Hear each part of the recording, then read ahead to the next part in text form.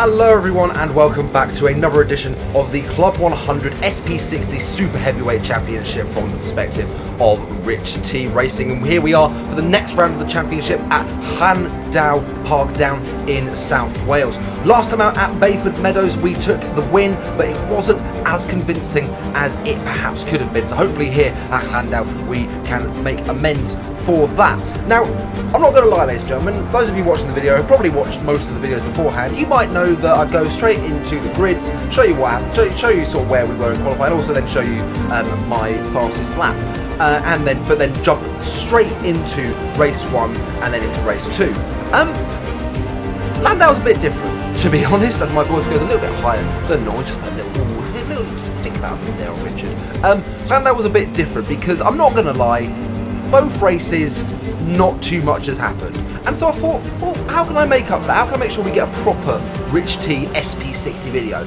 Answer, I'm going to show you qualifying, because I've barely done anything for qualifying this year. So I thought, you know what, this is the time to show this these sessions, and as you can probably tell by the title, there's a reason for this. But anyway, coming in, you just saw us there crossing the line to start the qualifying session. 5 minutes at the end after a 10-minute practice session, for those of you who are not familiar with how the SP60 works. You can see in front of us here we've got Lee Henderson, who was making one of his cameos for the year. I think this is his third round of the year, third, second, not entirely sure. But yeah, so we were behind him. He's in our class, and he's someone that we've got to keep a little bit of an eye on. Can we beat him? Can we keep in front of himself, Richard, and Dickie? Dickie's at this one as well. So we're coming in for this lap. As you can see so far, it's been quite a clean lap, but we have got traffic in front of us. Not entirely sure who that is. I think it might be one of the super heavyweights, and we had a not quite trying to go down the inside of the hairpin. I think that might be, is that Simon Lish? I don't know. It's someone. I think it was a super heavyweight. I have no idea. So yeah, so we're having to just navigate the traffic at this point. And through my qualifying sessions this year, I've always had issues with qualifying. It's either been getting bogged down by people, getting held up, or just making mistakes here and there. So this is going fairly similarly so far. Worth pointing out as well that in the build-up to this race, we had the endurances in the morning, and it was our worst result of the year, and it was pretty much entirely my fault. So my confidence is not very high at this point, but I can tell that I've got decent grip through these corners, going quite well at the moment. We're obviously just now trying to navigate this traffic behind Lee. You might just be able to see the red, white and blue helmet of Dickie Allen up in the foreground as Lee puts a move in on James Fremont, and I'm going to follow him through. So the main thing to do now is we need to get past Lee, because whilst he is a fast driver, at the moment I am faster, and the more time I spend behind him, the more likely it is that he's going to hold me up and I'm not going to get the qualifying lap in that I want to get in. So we're just going to keep following him around.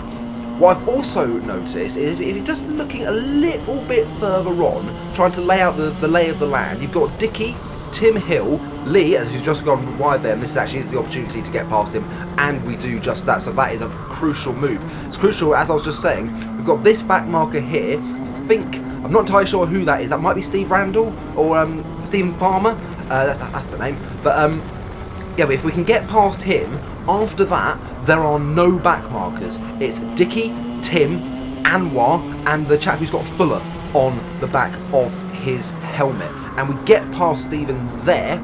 So now there are no back markers in my way for the rest of this qualifying session. So on the next lap, which will be the final lap of the session, it's time to push, time to really see, can we put a perfect lap together?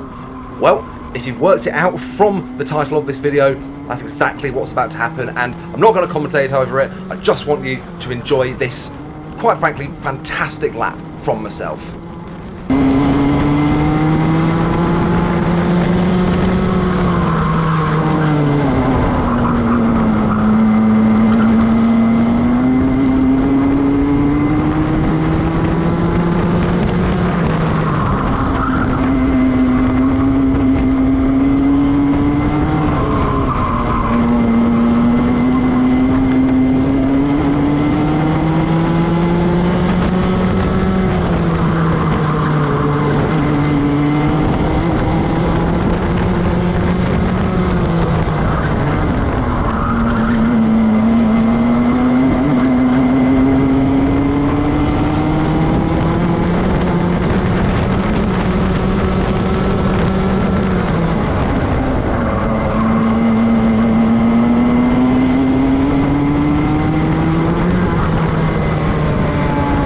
So there we go then, one hell of a lap from myself. Really happy with that one. I knew as I was driving around that this was a good lap, but I didn't realise how good a lap it was, because it's given me one hell of a nosebleed. As you can see here, we're starting in P5 overall on pole for the SHWs, in front of Dicky, albeit by just one grid spot, but still absolutely fantastic. Would not have expected to be up there in P5, but there we go. Then we've got Lee Henderson in third down in P16, James Dornham in P18 for the SHWs. Then it's Richard in P21, all the way down there in P21 when I'm up in P5. This could be a really good day for me in the context of the championship. And then we've got the Stig Elboff in 24th and 6th. Moving on to the next 6, then we've got Stuart Kirk, Pete Gillette, James Fremont, Lee Barrow, Mark Ford and Daniel White. That's making it down to P12. And then rounding off the SHW grid, a 14-strong SHW grid, it's Simon Lish and Sean Conroy. So there we go, strong SHW grid and a very strong lap from myself. So strong a lap from me that we're starting in and amongst heavyweight royalty at the front here. We've got Mike Coppin on our left, who's making his SB60 debut, as far as I'm aware. We've got Tim Clark just in front of us, Anwar Beryl-Smith in second, and then it's Dan Brewer up there on pole position.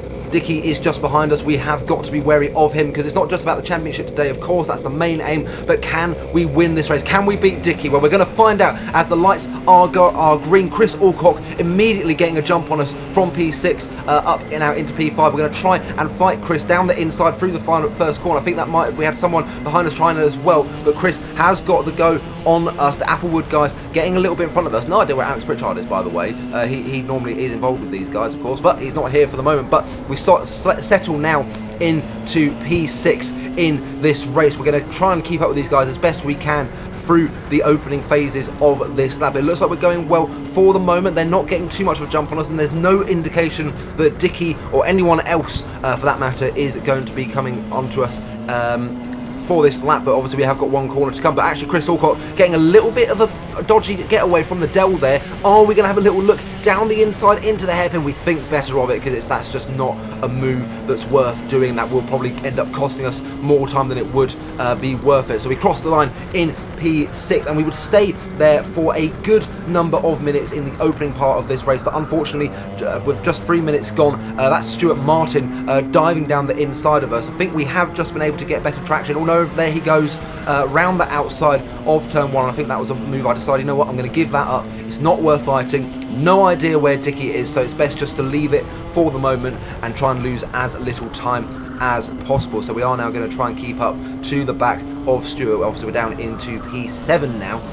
As I say P7, we're now down into P8 as Sir Timothy, or Tim Hill, has got past us. Still no sign of Dicky, so got to keep fingers crossed that he's had a bit of a shocker at this start, and see if we can get this place back from Tim as quickly as possible. Didn't even mention through qualifying that one of the things I really hung on to was the fact that Dicky and Tim did not drive away from me as I had been expecting after that. After the endurances, but we'll come back onto that in a second. So we're going to have a little look down the inside of Tim, and why are we giving it such a half-assed move? We should have just launched it down there, as Tim able to drive away from us. Really unfortunate, even more unfortunate. There he goes, there goes Dicky. My lead of the SHWs lasted just under 5 minutes, so it's a shame. It's a real shame, but all we can do now, remember, we're not racing Dicky for the championship, we're racing Richard, so we've just got to make sure we keep everything nice and clean, and hopefully we can finish as high up in this race as we possibly can. And can we do something about Dicky to try and beat him and take what would probably be the best result of the year if we can do that? Well, he's still behind Tim here, but it looks like as we come into the left-handed hook, he has now actually got past Tim, so bit of an uphill struggle now for me to be able to do anything. Although we're going to have a little look round the outside of Tim. Have we got a better cutback on Tim coming down through there? But no, we're going to do a bit of lawn mowing, and unfortunately nothing comes of that one. So we've got Lee Barrow here that we're now putting a lap in on. The back markers will come into play here. If we can just keep these guys in our sights, hopefully we can use that to our advantage. But as we come through the hairpin, we're going to cross the line. See, there's a penalty for 19. That is Dicky Dicky has picked up a cone penalty, a one-place penalty. So at the moment, as it stands, Dicky will be finishing just in front of me in P8, with me in P9. So if we can get in front of Tim, we'll be finishing, and as long as Dicky doesn't get back past Stuart Martin, we'll be finishing in front of Dicky. That's the only way it could work. So in this seamless bit of editing, we've got a back marker getting in the way of Stuart and Dicky up in front, and this is going to provide an opportunity for us, surely, heading through the Dell, because Tim's now going to get caught out. I think that's Dan White who is helping us out here, and it looks like, so there goes Tim round the outside. A little bit of a wave there to Dan as he's not very happy. Now I've surely got an opportunity to send it down the inside far more convincingly than I did earlier, and we get the move done. We're now right behind Dicky and Stuart, so as long as Dicky doesn't overtake Stuart, we will be finishing in front of Dicky come the end of this race. And that plan lasted about 2 minutes really, as we come back through the Dell, as we get past James Fremont here. That will have inevitably held us up a little bit, and obviously Tim will surely be right behind us, heading now down into the hairpin. Surely he's not going to do to us what we did to him. Turns out that's exactly what he's going to do, so that is really unfortunate. Can we fight him back into turn one? No, not quite. There are still a lot of back markers in front. In fact, we've just got the one. I don't know how we've just got the one back marker in front of us, but unfortunately it would come to nothing. So as we come into the penultimate lap of this race, you can see here is Mr. Richard Newton, unfortunately having a really bad race when he really did not need to in terms of the fight for the championship. I'm about to put a lap in on him, and this is significant for the championship. I am currently running up in P9. Richard, no idea exactly where he's running. Well, I can tell you where he's running now. He is now a lap behind me, so this will do nothing for his confidence in terms of going forward for this championship. But we now come on to the final lap, where we're still behind Tim, and Dicky is still behind Stuart. So at the moment, it's not a disaster if we want to try and win this race at the end of the day, as they head now through the hook. And now I think this is called Sterling Moss Corner. I just cannot remember, but there is a back marker in the way. And if you just keep an eye, hopefully you can see it up there, you're about to see one of the greatest overtakes of the season, as Dicky just launches it down the inside of the hook, and it's an absolutely fabulous move from him. I doff my cap to it. Through the right-hander there, and he gets in front of Stuart. It's Pete Gillette holding those guys up, giving Dicky that opportunity. Just a simply sensational move, but can we get anything into the final hairpin? Stuart having a look. In fact, no, it's Tim having a look on Stuart, holding up Stuart's progress, and we cross the line. Dicky up in 6th, then it's Stuart, then Tim, then myself. That's the race running order. So in terms of the actual SHW, so Dicky coming home in P7 in the end, me in P9, Lee in P16. He didn't gain or lose anything from his starting position. Then it's James Dornham, Peter Gillette, and Richard rounding off the top 6. But importantly here, in the context of the championship, gutting not to have beaten Dicky, but context of the championship, I've just put 14 points on Richard. That is significant. That is a big result for me today, and it shows that what we lost at Bayford, we have gained a little bit now. So it's very good in race 1. So what can we now do in race 2? Well, we're already off to a good start in race 2, because Tim Hill pulled out of this race, so we're now starting up in P8, not P9, although we did only still score points for 9th. But we're going to get this race underway, and my side of the grid has already got a bit of a slow start as Dicky's able to drive away, and there goes Matt Horgan. Just saw the orange boots of Alex Pritchard as well, but having the inside line for the second part of turn 1 has helped us, as we're now able to get back past Matt and Alex, and now we've got a little bit of a run into the left-hander on Stuart Martin, and he's actually going to go wide through there, and we're just able to say thank you very much, and now get onto the back of Richard, or Dicky I should say, but Dicky able to put a good move in there on Chris Alcock out of the long right-hander there. But we're just going to have to try and do what we did in race 1, but a bit better, and keep up to the back of Chris and Dicky if we're to have any chance of winning today's round.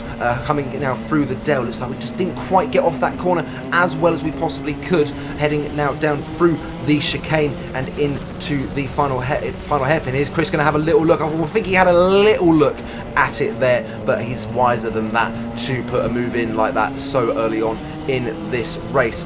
So we tried to do what we did in race 1 and keep up to the back of Chris, but unfortunately, like race 1, it just did not work. You can see there, Dicky, they're just pulling away so much more, and it's about to get a lot worse, because I was asking where he was in race 1. There he goes, there's Alex Pritchard, gives me the thumbs up because I did not fight it, because I knew that if I'm going to follow anyone to try and get in front of Dicky, it's going to be him. Unfortunately, that just did not work, because we picked up a cone penalty in these opening 5 minutes, and then just a few minutes later, those guys who weren't with us in race 1 are now coming back to bite us, as there goes Ryan Sandel, and I think in a moment, 1 lap later, you can see Tim Clark's back in front of us as well, and there goes Steve Lindley getting the move on us. We're going to try and fight it, but he's got the good traction out of the corner, and then just to compound things, later on in the lap, we then get overtaken by the chap who's got Fuller on the back of his race suit. And now, as I mentioned, there's a reason I showed so much of qualifying at the start of this, is because literally very, very little happens until Alex Pritchard also gets overtaken by those guys who came past us. And it's interesting, Alex normally very much higher up in this grid, but having a little bit of an off day today, and we are definitely in with a shout of having a decent fight with him. If I can put a move in on him, obviously I will still finish behind him, but if we can finish where we are currently running by overtaking Alex, that would be great. And again, illustrating how little happened in this race, we come on to the final lap. We've got Alex firmly in our sights. We've just hung on to him throughout the majority of this race, like we did with Dicky in the first one. So we're going to see what can we do coming into these final few corners, where there are overtaking opportunities aplenty, heading now through the long right-hander. Like Alex just got a little bit of a twitch on entry there, and he's just run a little bit wide over the sausage curve. We're as close as we've been for pretty much the entire race, and we are going to try and do a Dicky down the inside into the hook, and we've got the move done for the moment, but Alex is fighting back with us on the other side. You can't quite see it due to the camera angle, so we're going to have to take a very defensive line through the dell, and we're already going to be at a handicap heading now through the final chicane, and there goes the nose of Alex. He has got the inside line, but we're going to have a good launch round the outside of the hairpin. Can we get it done? He gets the move done, and he's already pumping the air because he knows he's got good drive off the final corner, and he gets that place back. Annoying, but still 12th overall for this race. Still a very good result for me. Unfortunately, Dicky would finish once again in P7, so the victory was gone. But again, this is an important day in the context of the championship. Let me just take you through the running order. So yeah, Dicky up in P7, me P12, Lee not finishing 16th this time, finishing 15th, then it's Peter, then it's the Stig Elboff, and finally Richard Newton. So 2 6th places in the SHW, and a total of 24 points lost to me. I gained 24 points on my main championship rival, and what, again, as I've said, what I wanted to happen at Bayford has now finally happened. As you can see here through the championship standings, as you see there, so the gap now up to about 33 points between me and Richard. Dicky, with just his 4th race of the year, finishing, I think, actually, no, sorry, 3rd race of the year. I take that back, 3rd race of the year, back up into P3, just in front of Christopher Heath. Then it's Pete Gillette, Stuart Kirk, Mark Ford, Lee Henderson climbing after his 3rd race of the year. Then it's Tim Randall, Simon Lish, James Fremont, and Stephen Farmer. So, yeah, what a day, what a race. Unfortunately, not quite the exciting content that I would normally hope to be able to bring you, but still worth it for that qualifying lap at the start, and then a really professional performance from myself, if I do say so myself, and finally getting a strong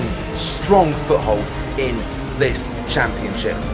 And that brings this video to an end, ladies and gentlemen. I hope you enjoyed it. If you did, and for some reason you are not subscribed to the channel, please be sure to subscribe and hit that bell for notifications so that you know when a new video comes out on Rich T Racing. We've just got 3 rounds left to go of this championship: Wilton, Lydd, and the finale at Bayford. Can we keep up this form? Can we keep this type of gap? All shall be revealed. I hope you enjoyed this video, ladies and gentlemen. That's all from me, apart from, of course, my final words. Ta-ta and farewell.